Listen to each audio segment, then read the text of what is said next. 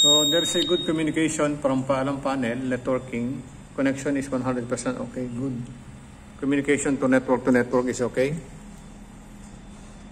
But the communication between the SEI is no good. There is a red indication that there is failure communication. So the connection is okay. Brown is ground, white is positive transmit. So white is positive transmit, blue is positive receive. So it must be receive transmit, transmit receive. So here blue is transmit, white is receive, and brown is ground. So here is reverse. Okay, transmit is blue positive, white is transmit positive, and brown is ground. But there is no communication, only receive signal, but there is no transmit signal.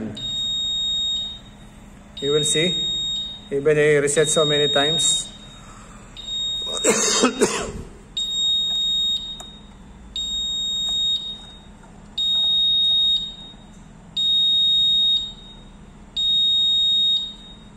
But still there is no communication with the multi-protocol gateway.